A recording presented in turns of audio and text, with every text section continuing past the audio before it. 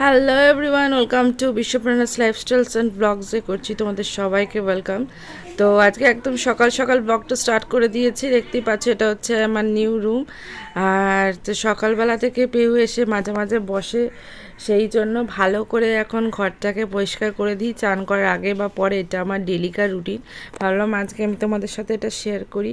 বালিশগুলোর কভারগুলো এখনও পরানো হয়নি, পরানো ছিল কারণ প্রচণ্ড পিঁপড়ে হয়েছে, সেই জন্য ভালো করে ঝাঁট দিয়ে মুছে দিই। যেহেতু আজকে চান করে নিয়েছি তাই আজকে আর মুছবো না।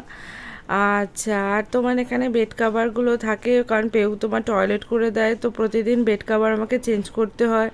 তার সাথে চান করেছি, জামা কাপড়গুলোকেও মেলে দিচ্ছি। আর এখন জাস্ট 8টা বাজে, তাতেই মানে এত রোদ উঠে যাচ্ছে যে ধারণার বাইরে, যে মনে হচ্ছে কাপড় মেলেই চলে আসি এরকম একটা ব্যাপার। তো যাই হোক, ওয়েদারটা বেশ ভালোই রয়েছে। যত বৃষ্টি তো আমাদের সেই পুজোর সময়তেই হয়। আমার মোটামুটি সমস্ত কাজ complete. Hello everyone, welcome to বিশ্বপ্রণাস লাইফস্টাইলস অ্যান্ড ব্লগে করছি তোমাদের সবাইকে অনেক অনেক ওয়েলকাম। তো আজকে সকাল থেকে আমি চান করে নিয়েছি, আর চান করে এখন চলে এসেছি তোমাদের সাথে কথা বলবো বলে। আর অনেক দিনই বাড়িতে এখন থাকলাম, প্রায় 12-15 দিন হয়ে গেল। এবার কালকে রনিদের ওখানে যেতে হবে, তো তার আগে ভাবলাম বাই ফেস টু ফেস তোমাদের সাথে ভিডিওতে খুব কমই কথা হয়, তো আজকে কথা বলতে এলাম। সবসময় ভিডিও করা সম্ভব হয় না, কি বলতো, কারণ প্রচণ্ড গরম থাকে। আর যেহেতু ওপরে এসে, আর ওপরে ঘরে তো বেশি থাকাই যায় না, কারণ আমার যে মহারানী আছেন তো উনি হচ্ছে লোকজন ভীষণ ভালোবাসে, মানে লোকজন ছাড়াও একদম থাকতে ভালোবাসে না। তাই উপরে যখনই নিয়ে আসি মানে তখনই মানে ওর কথা হচ্ছে যে লোকজন থাকতে হবে, লোকজন না থাকলে ও কিন্তু একদম থাকতে পছন্দ করে না। তো যাই হোক, আজকে ভিডিওটা একটু স্যাড হবে, কারণ এতদিন ধরে আমার চিন্তা ছিল যে পেহু হাঁটছে না কেন চিন্তা ছিল। ওর বয়সে অনেকেই হয়তো হাঁটা শিখে গেছিলো, তো যাই হোক এখন হঠাৎ করেই বেশ কদিন হলো হাঁটা শিখেছে, মানে নিজে থেকেই হাঁটা শিখেছে। কেউ মানে ধরে কোনো রকম কোনো কিছু কিনে দিনি খেলনাপত্র, নিজেই হাঁটা শিখেছে। তা শিখতে শিখতে যা হয় যে আমাদের ব্যালেন্সটা একটু পরে আসে, একটু টলমলে থাকে। তো মানে 2-1 দিন আগের, মানে আমি এখন ব্লগটা 2-1 দিন পরে করছি ইন্ট্রোটা, 2-1 দিন আগে মানে রোজই ওকে এখন ছাদের ওপরে, মানে নতুন যে আমাদের ছাদ হয়েছে সেই ছাদে আমরা ওকে নিয়ে যেতাম, আমি বাপি ও যেত এবং ও ওখানে হাঁটতো। সেই ক্লিপিংস তোমরা আগের ভিডিওতেও পেয়েছো, বেশ সুন্দর হেঁটেছে। তো মানে 2-3 দিন আগেও ও বেশ সুন্দর হাঁটছিল, আমার হাঁটাটা ইমপ্রুভ হয়েছিল।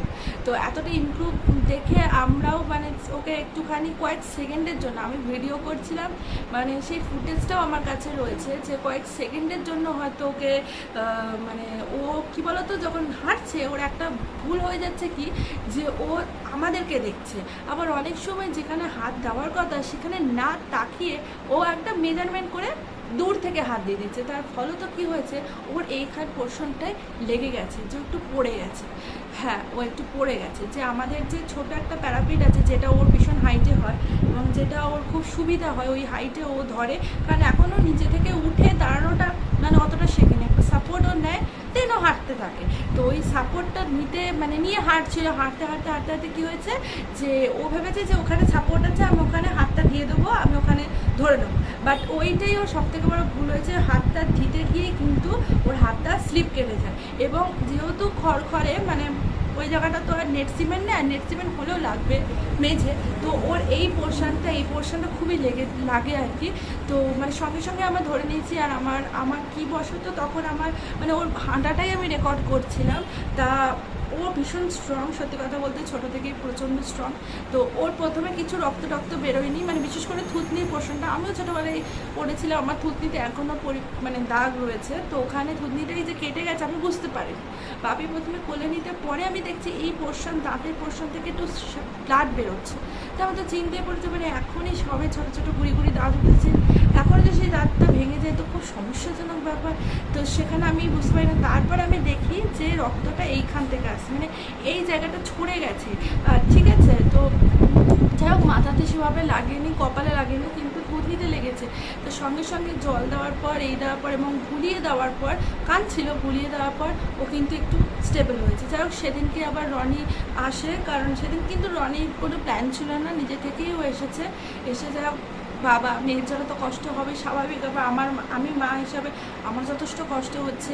তো রনিকে সঙ্গে সঙ্গে একটা ওষুধ নিয়েছি, সেই ওষুধটা তোমাদের সাথে অবশ্যই শেয়ার করবো। তোমরা দেখবে তোমাদের বাচ্চাদের যদি কখন এরকম ছড়ে যায়, আর বাচ্চাদেরকে তো ওষুধ লাগাতে দেয় না, তাই এই ওষুধটা একটা অন্য ফর্মে, লাইক পাউডারি ফর্মে। তো এই ওষুধটা ভীষণ ভালো, পাউডারি ফর্মে দিলে খুব সুবিধা। তো যাই হোক, ব্লগটা আজকে এইভাবেই শুরু করছি। ব্লগটা দেখো, আর কি করবো বলো, কারণ ওদেরকে ছাড়তে হবে, না ছাড়লে হাত ছাড়িয়ে নেয়। অনেক সময় পটি করার সময় আমি ওর হাতটা ধরে থাকি, সেখানে এত জোর হয়েছে মানে আমার থেকে হাত ছিনিয়ে নিয়ে চলে যাবে, হাত ছিনিয়ে নেয়, পড়ে যাওয়ার টেন্ডেন্সি করে। তো বাচ্চারা চাই যেমন নিজে থেকে হাঁটবে, আবার হাঁটতে দিলেও সমস্যা। তো এই সব নিয়ে টুডলারকে নিয়ে এখন আমার ব্লগ শুরু হচ্ছে এবং এইভাবেই চলবে। আর আমার মনে হয় আর 1-2 মাসের মধ্যে ও স্ট্রং হয়ে যাবে এবং হাঁটাটা শিখে যাবে। তো এখন ওপরে ঘরটা আমি রোজ একটু ক্লিন করে রাখি, কারণ কেউ আসে বসে।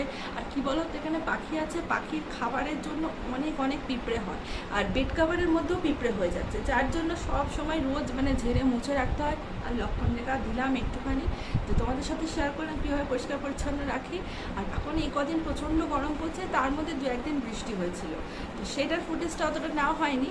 তো চলো থাকো আমার সাথে, আই হোপ তোমাদের ব্লগগুলো আমার ভালো লাগছে। ভালো লাগলে অবশ্যই do like, share and subscribe. তো দেখতে পাচ্ছ যে পেয়ু এখানে হাঁটছে, এবং সেদিনকে সত্যি বলতে হঠাৎ করে ফুটেজটা আমার কাছে এসছে, তো ভীষণ নিজে থেকেই হাঁটছিল। দেখো হাঁটতে হাতটা দিতে ব্যালেন্সটা ভুল করলে কত জোরে লাগলো, ফুটেজটা দেখে আমার কষ্ট লাগছে।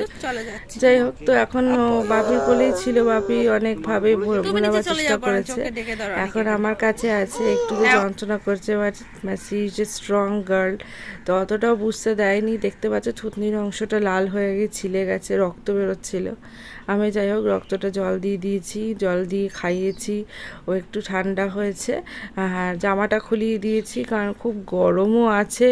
তো এর মধ্যে ওর বাবা অর্থাৎ রনি আসবে, তো সেই জন্য ছাদে বসে আছি। বাপ একটু নিচে গেল, তো দেখতে পাচ্ছ ওর বাবা অর্থাৎ রনি ওষুধটা এনে দিয়েছে।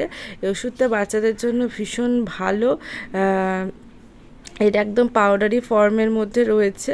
তা এখন দিচ্ছে রনি, তো এমন কিছুই লাগে না, একদম চন্দন ফ্লেভার। মানে কারোর যদি বাচ্চার এরকম হয়, বাচ্চাদেরই বেসিক্যালি এটা, তো মানে কারোর বাচ্চা যদি পড়ে যায়, ছড়ে যায়, ইনফেকশন নয়, পড়ে যায়, ছড়ে যায়, লেগে যায়, তাহলে এই ক্রিমটা তোমরা ব্যবহার করতে পারো। এই ক্রিমটা কিন্তু ভীষণ ভালো, এটা ক্রিমি ফর্মেও হয়, এটা পাউডারি ফর্মেও হয়।